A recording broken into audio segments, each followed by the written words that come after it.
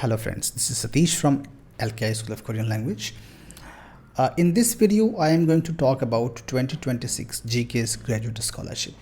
तो ये स्कॉलरशिप अगर आप प्रिपेयर कर रहे हैं तो आपको पहले से पता होगा, नहीं है तो ब्रीफली आपको बताऊंगा मैं इसके बारे में, और पूरी इन्फॉर्मेशन जो जीकेएस के बारे में है वो मैं आपको देने जा रहा हूँ इसमें, कि कौन कौन से ट्रैक्स होते हैं, एप्लीकेशन प्रोसेस क्या होता है, सिलेक्शन कैसे होता है, आपको कौन कौन से डॉक्यूमेंट सबमिट करने हैं, कैसे सबमिट करने हैं, क्या क्या प्रिपरेशन करनी है, आपको एसओपी कैसे लिखना है, and all these things. Okay, so थोड़ा पेशेंस रखिए, आपके पास में टाइम हो प्रॉपर 1 घंटे का, तो ही आप इसको लेकर के वीडियो को बैठो, थोड़ा रुक रुक करके आपको इसको समझ के देखो.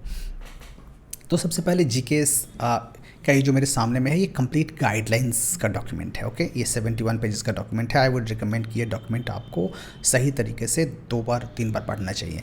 तो ये डॉक्यूमेंट मिलेगा कहाँ से? आप जाओगे LKI की वेबसाइट पे, और LKI school of Korean, simple हमारा URL काफ़ी सिंपल है, learnkorean.in. ओके, तो यहाँ पे जाओगे आप, और यहाँ पे आर्टिकल्स वाले सेक्शन में स्कॉलरशिप्स एंड अपॉर्चुनिटीज़ पे क्लिक करोगे आप, और वहाँ से जो मेरी फर्स्ट पोस्ट आप दिख रहा है आपको, ग्लोबल कोरिया स्कॉलरशिप ग्रेजुएट 2026, इस पर अप्लाई करो, क्लिक करोगे आप, एंड यहाँ पे इन्फॉर्मेशन बेसिक दी हुई है. और जब से नीचे में आप आओगे तो आपको ये डाउनलोड 2026 फॉर्म्स वगैरह सारे डाउनलोड करने का यहाँ पे लिंक दिया हुआ है, या फिर सिर्फ गाइडलाइन करनी है तो यहाँ से भी कर सकते हो आप. ओके, तो या तो आप यहाँ जाओगे तो आपको, और ये तो साइन इन नहीं है मेरा, इसमें हो रखा है, आपको जीमेल से लॉगिन करना पड़ेगा, है ना, तो वो कर सकते हो. फिर गाइडलाइंस आप यहाँ से भी ये डॉक्यूमेंट डाउनलोड कर सकते हो. ठीक है, तो अब बता दिया आपको मैंने कि डॉक्यूमेंट्स और फॉर्म वगैरह कैसे डाउनलोड करने हैं. तो अब मैं आपको ले चलता हूँ वापस इसी फॉर्म पे, इसी गाइडलाइंस पे.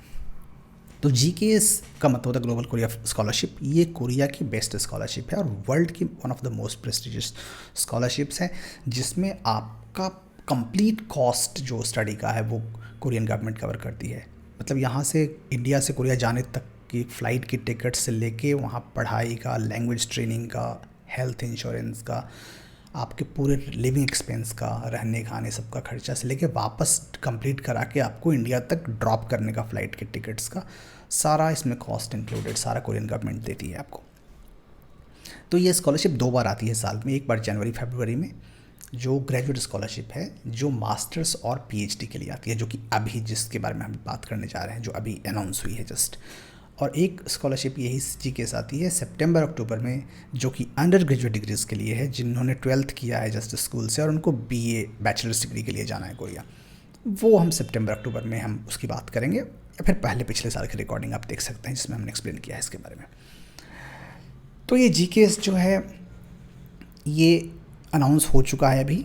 इसके बारे में बेसिक्स, आपको जो सीट्स वगैरह कितनी हैं वो ऑलरेडी आप देख सकते हो स्क्रीन पे भी.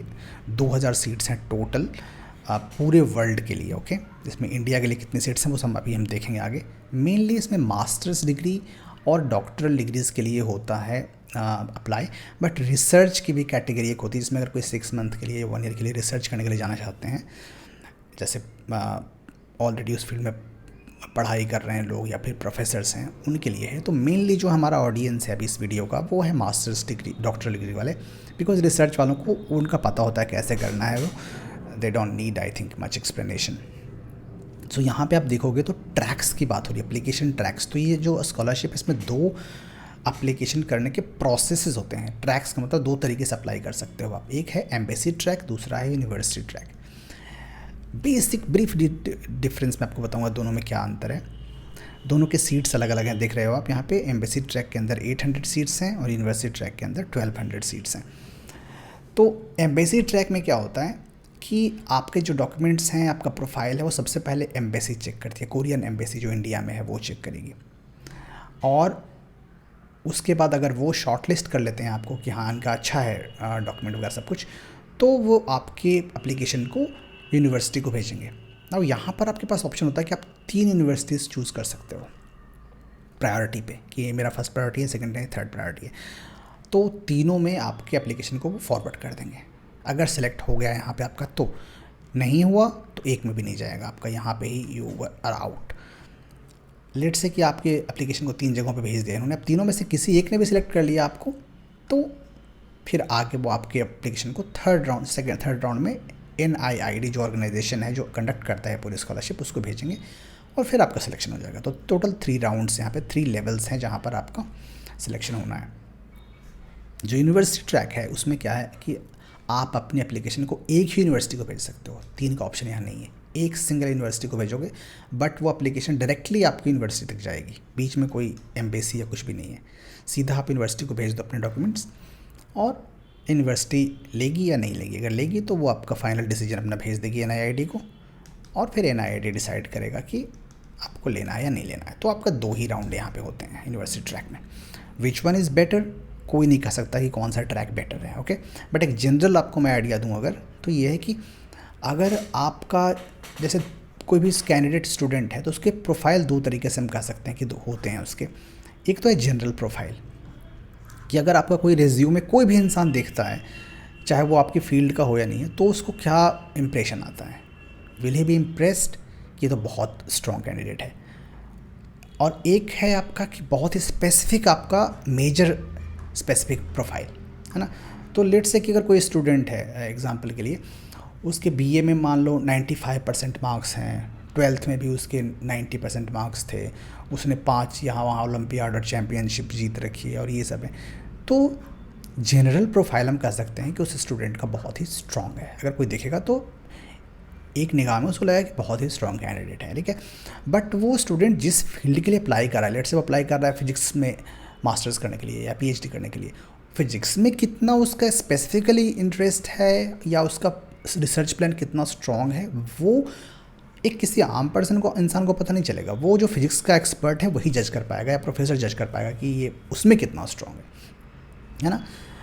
और ये स्पेसिफिक प्रोफाइल जो मैंने सेकंड वाला बताया, ये है उस फील्ड में कि मे बी कोई जनरल कैंडिडेट है जिसका कि बाकी प्रोफाइल वीक है, देखने से प्रोफाइल आपको लगेगा कि सीखे एवरेज स्टूडेंट है, बट उस स्टूडेंट का फिजिक्स में काफ़ी क्लियर कट रिसर्च प्लान है, काफ़ी स्ट्रॉन्ग, और उसने काफ़ी अच्छा कुछ छोटा छोटा काम किया हुआ है जो कि हमें समझ में नहीं आएगा, बट जो फिजिक्स के एक्सपर्ट्स हैं उनको पता चलेगा कि हाँ इस स्टूडेंट का काफ़ी अच्छा वो है फिजिक्स में।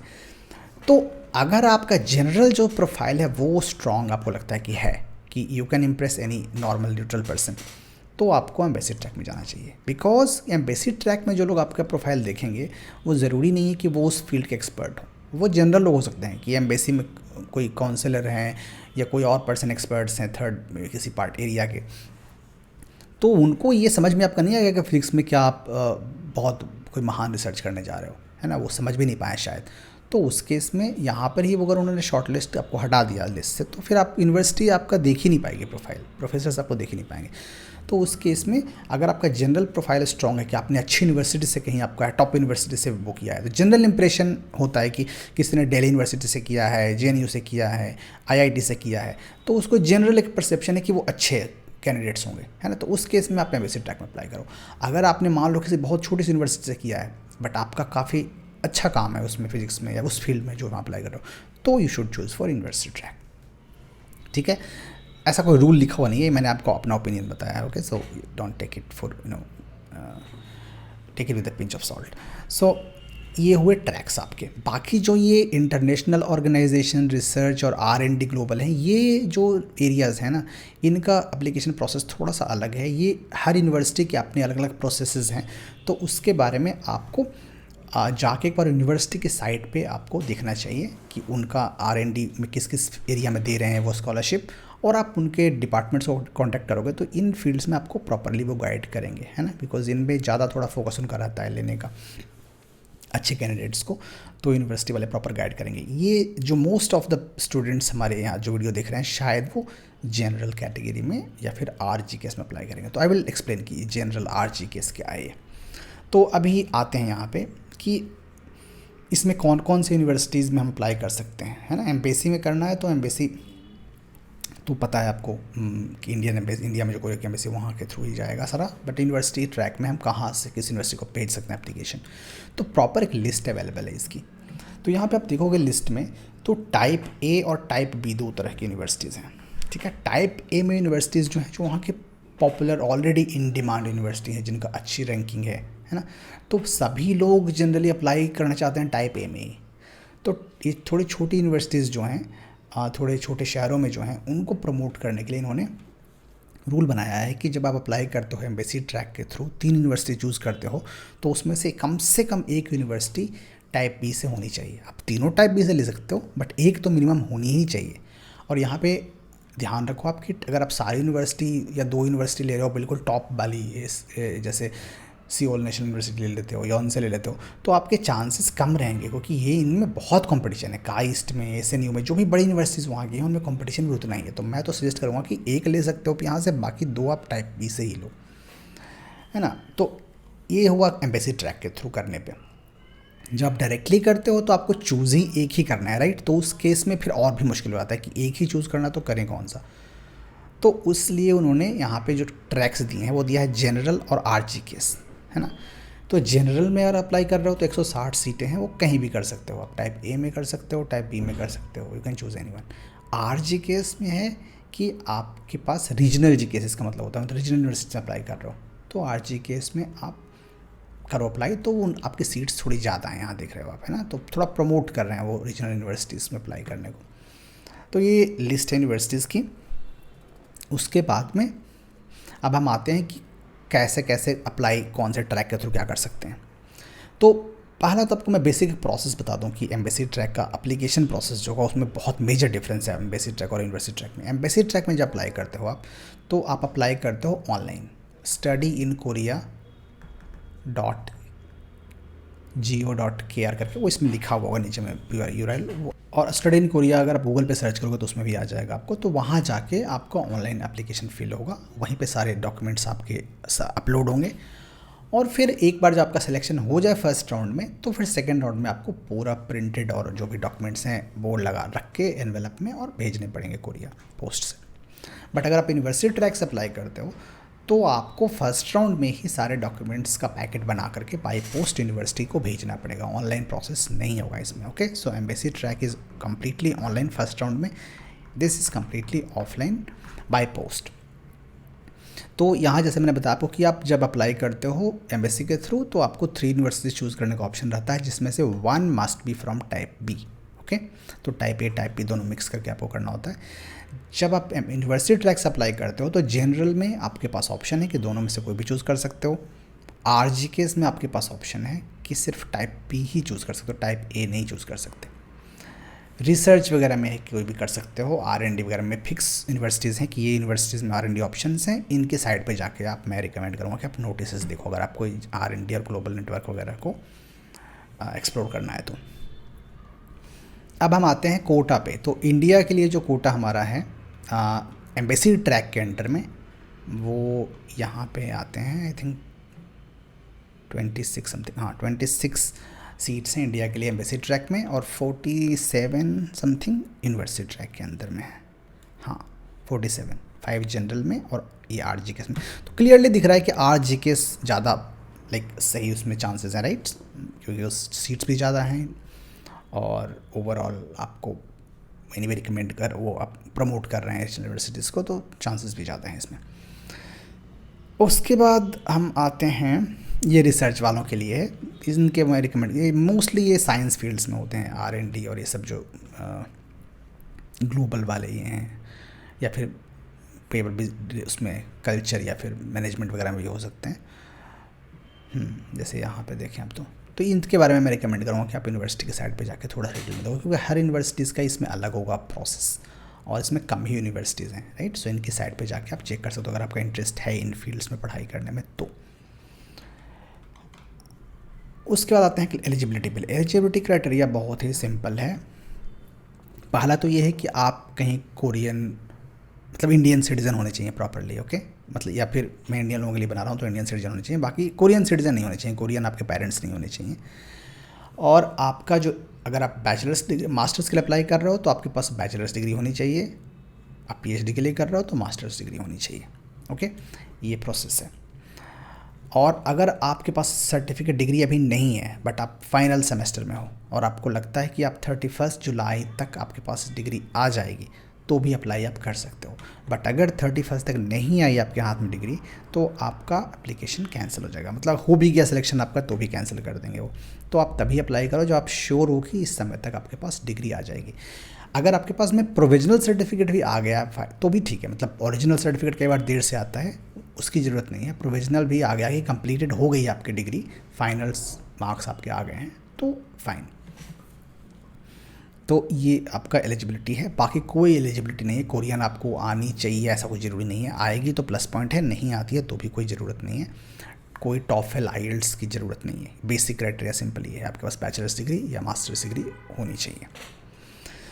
बाकी ग्रेड्स पर आते हैं, है ना। डिग्री तो हो गई, बट डिग्री के साथ में ग्रेड्स का भी उनका है। वो इनका कहना है कि आपके 80% आपका होना चाहिए पिछले डिग्री में, लास्ट जो भी डिग्री आपकी, अगर आप बैचलर्स की है तो बैचलर्स में, मास्टर्स किया तो मास्टर्स में।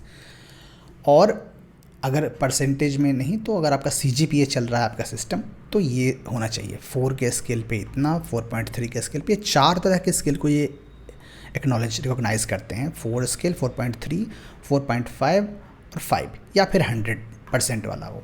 ये 5 स्केल्स हैं। अगर इन पाँचों में से किसी स्केल पे नहीं है आपका ग्रेड, कोई और ही स्केल फॉलो कर रही है आपकी यूनिवर्सिटी, 9 का या फिर 8 का या फिर समथिंग का, तो आपको वो अपने ग्रेड्स को कन्वर्ट करना पड़ेगा। स्कलेरो वगैरह बहुत सारी वेबसाइट हैं ऑनलाइन जिस पे आप जाके अपने ग्रेड्स डालोगे तो वो आपको कन्वर्ट कर देंगे इन पाँचों में से किसी एक एक्सेप्टेबल स्केल में, है ना। और वो आपको सबमिट करना पड़ेगा यूनिवर्सिटी से, साइन करवा करके, स्टाम्प करा के कि हाँ ये कन्वर्जन सही है। ओके, सो ये आपका ग्रेड अगर आपका इतना 80% से अबव है तो अप्लाई कर सकते हो। कई बार होता है कि जो छोटी यूनिवर्सिटीज़ होती हैं स्टेट की, उनमें वो मार्क्स देते ही नहीं हैं ज़्यादा, तो उसमें टॉपर होंगे उनके भी 60-70% मार्क्स होते हैं, तो उस केस में 80 तो होगा ही नहीं किसी का। तो उस केस में उसको रिकॉग्नाइज़ करते हुए इन्होंने ऑप्शन दिया है कि अगर आपका 80 नहीं है बट आप अपनी क्लास के टॉप 20% में हो, है ना, तो अगर 60% ही टॉपर को मिला है और आपका मान लो कि 59 है और आप 3rd रैंक में हो या 4th रैंक में हो, तो यू आर एलिजिबल, है ना। तो उस केस में आपको अपनी यूनिवर्सिटी से एक लेटर लेना पड़ेगा कि this student is in the top 20% of his और हर क्लास, तो वो आपको उसको सबमिट कर दोगे तो ये 80% की ज़रूरत नहीं है। एज आपकी 40 से कम होनी चाहिए, और लैंग्वेज वगैरह का ऐसा कुछ नहीं है इसमें, है तो प्लस पॉइंट है। टॉपिक वगैरह आपके पास में है तो, या फिर कोई और सर्टिफिकेट लगाते हो तो प्लस पॉइंट है, बट अदरवाइज़ कोई वो नहीं है। हेल्दी, गुड हेल्थ में होना चाहिए। ठीक है, ये सब रिस्ट्रिक्शन वगैरह उनके लिए हैं जो कि पहले इनको GKS मिल चुका है तो दोबारा नहीं कर सकते अप्लाई, ऐसा कुछ है। आपको डुप्लीकेट सबमिशन नहीं करना है, ये नहीं कि एम्बेसी में भी कर दिया अप्लाई और उसमें भी कर दिया अप्लाई, है ना। एक ऑप्शन होता है कि एम्बेसी ट्रैक में अप्लाई करते हो आप, और आपका मान लो कि ऑलरेडी आ गया उसका रिजल्ट कि आपका नहीं हुआ फर्स्ट राउंड में, बट अभी यूनिवर्सिटी ट्रैक की एप्लीकेशन की डेट बची हुई है, उस केस में आप उसमें भी कर सकते हो अप्लाई, है ना। बट एक साथ में दोनों में नहीं करना है आपको। एप्लीकेशन मेथड जैसा मैंने आपको ऑलरेडी बता दिया कि एम्बेसी ट्रैक का एप्लीकेशन इस वेबसाइट के थ्रू होगा। अब वहाँ पे जाके आपको पहले अकाउंट बनाना पड़ेगा अपना, फिर लॉगिन करके सारे डॉक्यूमेंट्स, उसके फॉर्म वगैरह फिल करके अपलोड करने पड़ेंगे डॉक्यूमेंट्स। यहाँ पे डॉक्यूमेंट्स ध्यान रखना आपको कि सारे अपोस्टाइल होने चाहिए ऑलरेडी, है ना। तो अपोस्टाइल आप पहले से करा के आपको शायद रखा हुआ होगा, आपने नहीं रखा तो जल्दी से आपको करवाना पड़ेगा सारे डॉक्यूमेंट्स को अपोस्टाइल। कौन कौन से डॉक्यूमेंट हैं वो अभी देखेंगे हम। यूनिवर्सिटी ट्रैक में हो आप तो आपको सारे डॉक्यूमेंट्स पोस्ट से भेजने हैं, कोई उसमें ऑनलाइन का प्रोसेस नहीं है।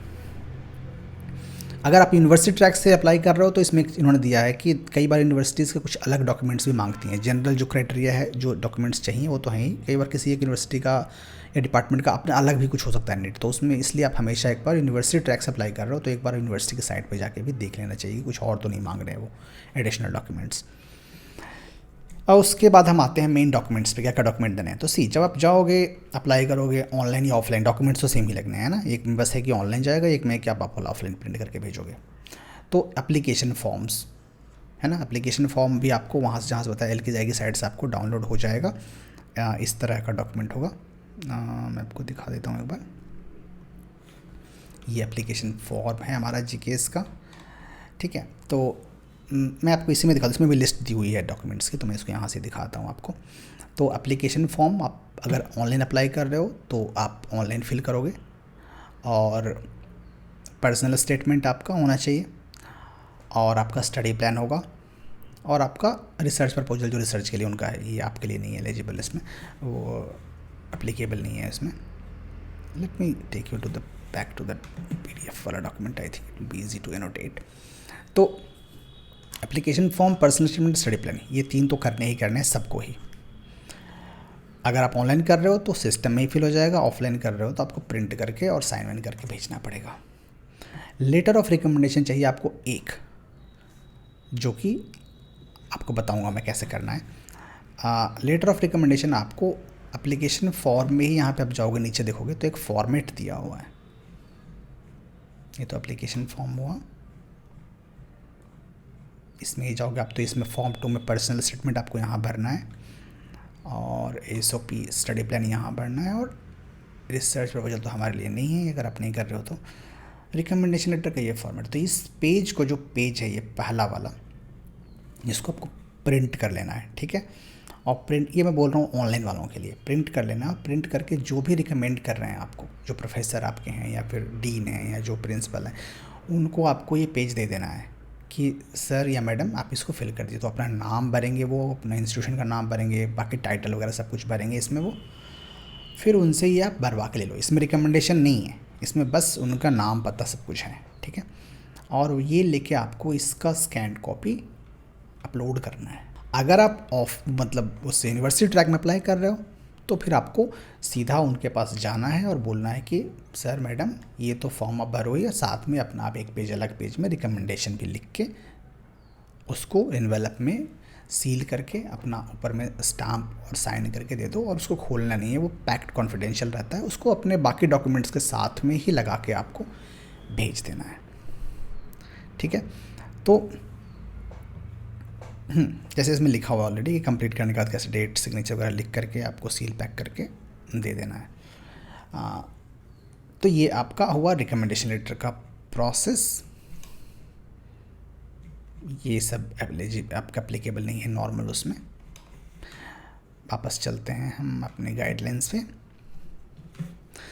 उसके बाद आपको ये सब उनके लिए है, अगर किसी ने ऑलरेडी कोरियन लैंग्वेज में लेवल 5 किया हुआ है तो उसको लैंग्वेज ट्रेनिंग की ज़रूरत नहीं है, तो वो सब भर सकते हैं इसमें कि मैंने ऑलरेडी, मुझे कोरियन आती है ठीक ठाक।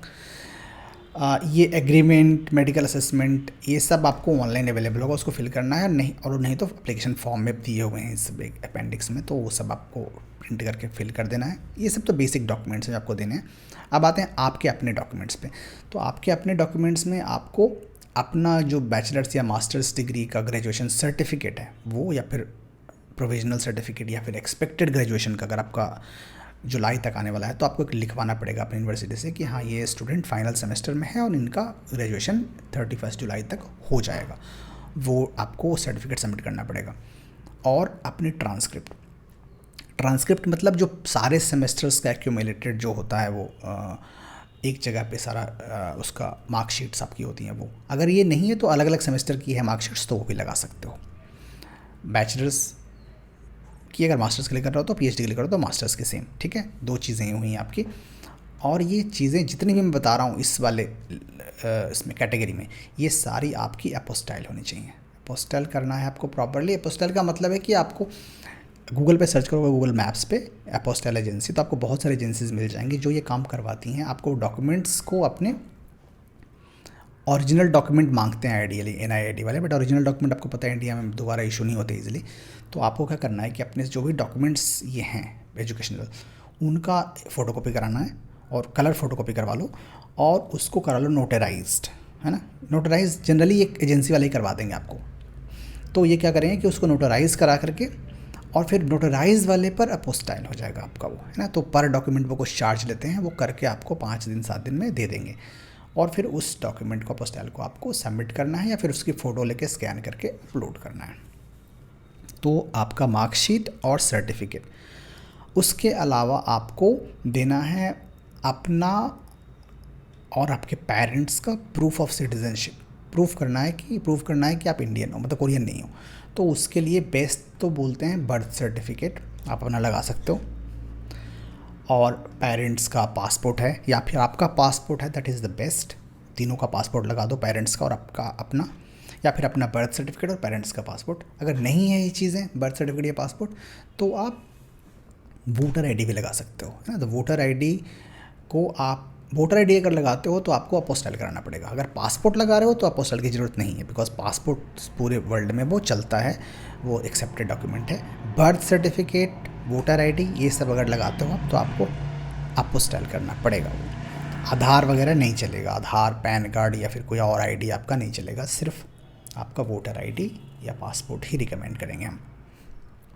बेसिकली सिटीजनशिप प्रूव करनी है आपको, और आपको ये प्रूव करना है कि ये मेरे पेरेंट्स हैं। तो आप अगर सबमिट करोगे तो आपके डॉक्यूमेंट में पेरेंट्स का नाम होगा, पेरेंट वाले डॉक्यूमेंट में से वो वेरीफाई हो जाएगा कि हाँ वही है। उसके बाद आपको ये सब अप्लीकेबल नहीं है। अब आपका पास अगर में टॉपिक वगैरह है तो कर सकते हो सबमिट, नहीं है तो कोई बात नहीं है, ऑप्शनल है ये। अवार्ड वगैरह जो भी आपके हैं, कोई आपने अवार्ड जीता है, कोई और एक्स्ट्रा करिकुलम सर्टिफिकेट वगैरह है, वो सब अटैच कर दो, ये ऑप्शनल है, ज़रूरी नहीं है। और इनको आपको अपोस्टाइल भी नहीं कराना है ना, ये क्रूशल डॉक्यूमेंट्स नहीं है। और अपना पासपोर्ट अगर है आपके पास तो उस पासपोर्ट की भी एक कॉपी दे देनी है, इसको भी अपोस्टाइल नहीं कराना है, ठीक है। ये डॉक्यूमेंट्स चाहिए बेसिकली आपको, और कुछ भी डॉक्यूमेंट इसमें लगाने की ज़रूरत नहीं है। यूनिवर्सिटी ट्रैक में भी डॉक्यूमेंट्स सेम ही होंगे, कोई भी अलग डॉक्यूमेंट उसमें नहीं लगाने हैं आपको। तो ये आपके डॉक्यूमेंट्स का लिस्ट हो गई, और सबमिशन वगैरह का आपको बता ही दिया मैंने कि ऑनलाइन होगा सबमिट, स्टडी इन कोरिया के थ्रू ऑनलाइन वाले में, एम्बेसी वाले में। और एक बार सिलेक्शन आपका हो जाएगा तो फिर आपसे वो फाइनल सेकेंड राउंड में आपको सारे डॉक्यूमेंट्स आपको प्रिंट करके भेजने पड़ेंगे। एक इंपॉर्टेंट चीज़ यहाँ पे बताऊँ आपको कि अगर आपका कोई भी डॉक्यूमेंट इंग्लिश में नहीं है या कोरियन में नहीं है, हिंदी में है या फिर किसी लोकल लैंग्वेज में है, तो you should get a translation of that, और उस ट्रांसलेशन को नोटराइज करा के अपोस्टाइल कराना पड़ेगा आपको। तो आप जो जहाँ से अपोस्टाइल कराओगे जिस एजेंसी से, उनको ही बोलोगे तो अक्सर वही ट्रांसलेट और नोटराइज वगैरह कर देते हैं, है ना, तो उनको आप बता दो तो वो कर देंगे उसको। सेकेंडली, अगर किसी भी डॉक्यूमेंट में आपका कोई नाम मिस्टेक है, अपने पेरेंट्स के नेम में मिस्टेक है, डेट ऑफ बर्थ गलत है, कुछ भी ऐसा डिस्क्रिपेंसी है, तो don't take the risk, always get an affidavit. आपके कहीं आसपास में लोकल कोर्ट कचहरी होगा, वहाँ से जाके एफिडेविट करा लो कि हाँ ये मिस्टेक है, बट ये जेन्युइन मिस्टेक है, असली ये है इन्फॉर्मेशन, और उसको आप अपोस्टाइल करा करके साथ में लगाओ, है ना, किसी भी तरह का कुछ भी डिस्क्रिपेंसी हो नाम में, किसी चीज़ में। तो ओके, ये हो गया आपका प्रोसेस एप्लीकेशन का। अब हम आते हैं कि जो बाकी पढ़ो इसको, मैंने बोला आपको 3 बार आप पढ़ो इसको, इसमें और डिटेल में है ना, 70 पेजेस तो मैं पढ़ के आपको सुना नहीं सकता हूँ अभी, मैं आपको बहुत ही क्रूशल इंपॉर्टेंट चीज़ें बता रहा हूँ। उसके बाद हम आते हैं सिलेक्शन प्रोसेस पे। मैंने बता दिया आपको ऑलरेडी कि एम्बेसी से करोगे तो 3 राउंड होंगे आपके, फर्स्ट एम्बेसी पे, दूसरा आपका आपके उस पर जो भी NIID का लो, यूनिवर्सिटी का लो, और फिर तीसरा NIID पे होगा। यूनिवर्सिटी वाले में, यूनिवर्सिटी के बाद में सीधा आपका NIID पे जाएगा। इट डजेंट मैटर, डेट जो टाइम लाइन है वो यहाँ पे दी हुई है। एप्लीकेशन आप कब करोगे, इसकी एम्बेसी ट्रैक की लास्ट डेट है आपकी 25 फरवरी, जो कि हर एम्बेसी का अलग अलग हो सकता है, इंडिया की भी 25 फरवरी ही है आई एम श्योर। और यूनिवर्सिटी ट्रैक की डेट जो है वो सब यूनिवर्सिटी की अलग अलग होती है, तो आपको जाके आप जिस यूनिवर्सिटी में अप्लाई करना है उनकी नोटिस बोर्ड पे देखोगे, GKS का डॉक्यूमेंट होगा, डाउनलोड करके उसको देखो कि इस डेट का है, बट मोस्टली मार्च या अप्रैल तक होता है उनका डेट अप्लाई करने का। आपका रिज़ल्ट जो है वो मोस्टली फर्स्ट राउंड का इवोल्यूशन का मार्च मिड या फिर अप्रैल तक में आ जाएगा, सेकेंड राउंड का आपका मई जून तक में आ जाएगा, फाइनल रिज़ल्ट आपका जून 5 तक इसका थर्ड राउंड का आ जाएगा, और फाइनल जो लिस्ट है वो जून 30 तक आपको दे देंगे रिलीज़ करके कि इनका सिलेक्शन हुआ है। ये सब आपके अगेन सिलेक्शन टाइमलाइन को उन्होंने एक्सप्लेन किया हुआ है। आपको कहीं कुछ डाउट्स हो, क्वेश्चंस हो इसके बारे में, तो एक तो आपको कॉन्टैक्ट कहाँ करना है बता दूँ मैं, यहाँ पे इन्होंने दिया हुआ है 12 फरवरी से एप्लीकेशन का शुरू हो रहा है और 25 तक ये चलेगा, है ना। ये लगभग सभी कंट्री का सेम ही है ना, पहले अलग अलग होता था हर कंट्री का, बट इस बार बिकॉज ऑनलाइन है तो 12 फरवरी 11 बजे से लेके आप 25 फरवरी के 6 बजे तक आप कभी भी इस साइट पर रजिस्टर कर सकते हो। यूनिवर्सिटी ट्रैक का तो अलग होगा, वो तो मैंने बताया आपको।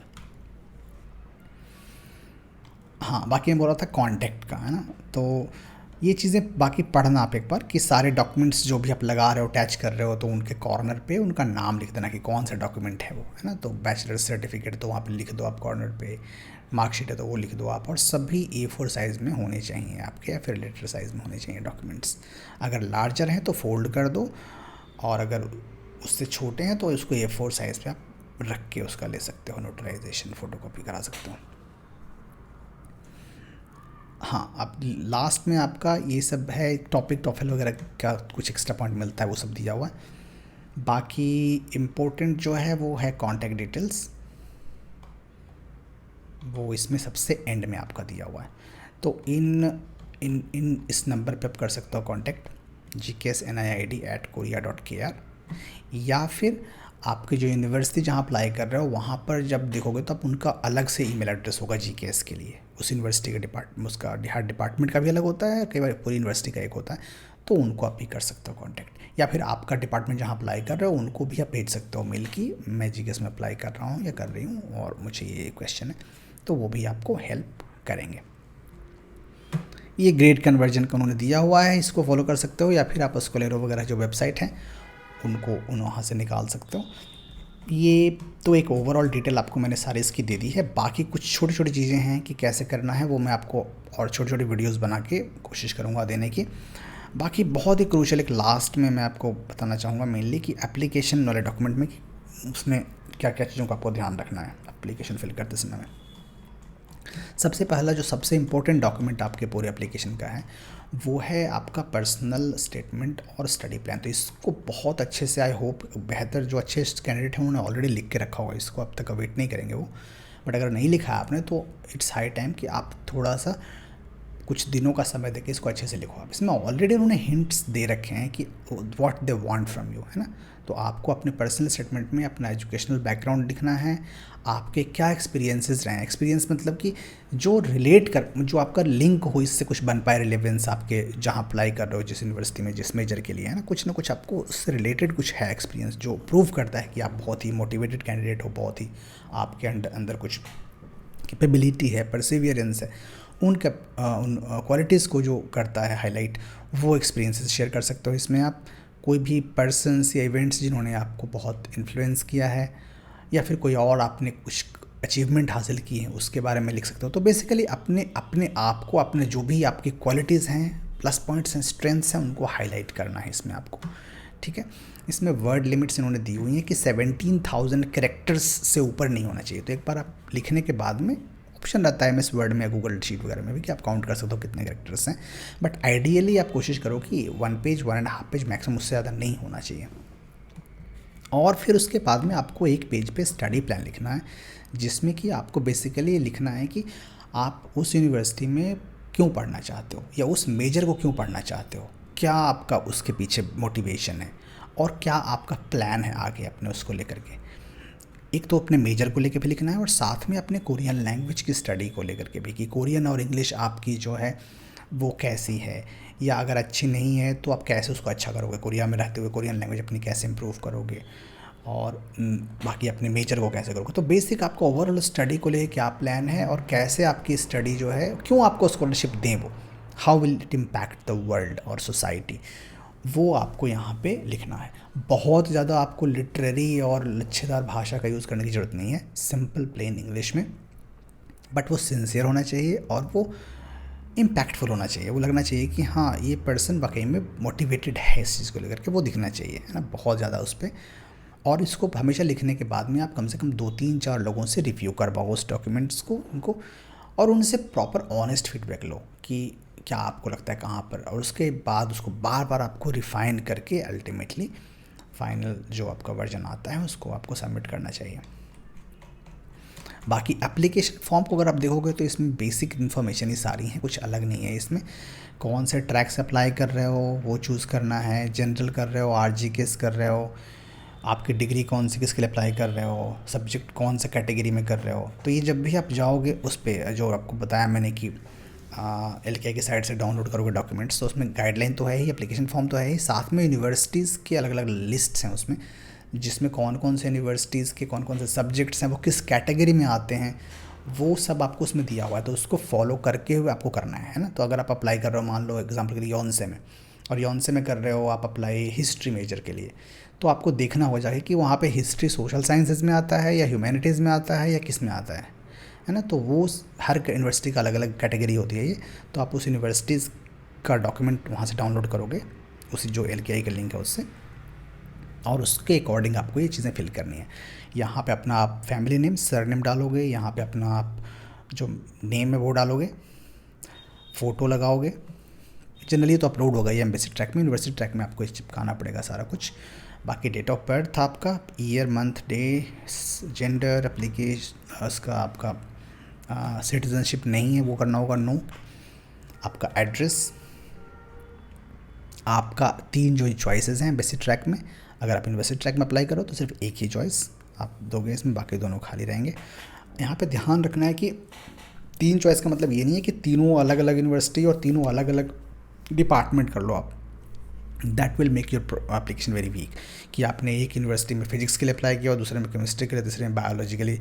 ऐसे नहीं करना है, उससे लगेगा कि आपको श्योर ही नहीं हो कि आपको पढ़ना है क्या। तो यूनिवर्सिटी में एक है, एम्बेसी में एक ही यूनिवर्सिटी, 3 यूनिवर्सिटीज़ और सिमिलर मेजर्स आप चूज़ करोगे। लैंग्वेज एबिलिटी आपकी, टॉपिक आपका है नहीं है, इंग्लिश टॉफिल है नहीं, इसमें बहुत घबराने की बात नहीं है, नहीं भी है तो कोई इशू नहीं है। आपका जो हाई स्कूल की डिटेल्स, बैचलर्स डिग्री की डिटेल्स, मास्टर्स अगर है तो उसकी डिटेल्स भरनी है आपको, कब ग्रेजुएशन है हुई है या कब होगी, मेजर सब्जेक्ट क्या था आपका, कहाँ से किया है आपने, वो सब। बाकी जीपीए आपको भरना पड़ेगा इसमें कि कितने आपका है परसेंटेज और कितने उस पर स्केल पे कितना जीपीए है। नहीं है तो कन्वर्ट करके फिर यहाँ पे आप डाल सकते हो, ठीक है। ओरिजिनल डाल सकते हो और कन्वर्टेड, दोनों आपको डालना पड़ेगा। यहाँ पे लिखा हुआ है provide your original CGPA as well as converted CGPA। उसके बाद में आपको यहाँ पर ईयर वाइज आपको या सेमेस्टर वाइज पूछ रहे हैं वो ग्रेड्स क्या थे, कि फर्स्ट सेमेस्टर में क्या था, सेकंड में क्या था। अगर आपका मान लो कि सेमेस्टर सिस्टम नहीं था, ईयर सिस्टम है, तो आप इसमें से ये हटा सकते हो, कॉलम डिलीट कर सकते हो, या फिर इसको ब्लैंक NA छोड़ सकते हो, सिंपल एक का ही फिल करते चले जाओ आप। और ऐसे करके 2 साल का या 3 साल का, जैसे आपका है, जितने साल की डिग्री आपकी है, बैचलर्स है तो 3 साल की, या मास्टर्स 2 साल की फिल करोगे, बाकी को ब्लैंक छोड़ दो आप।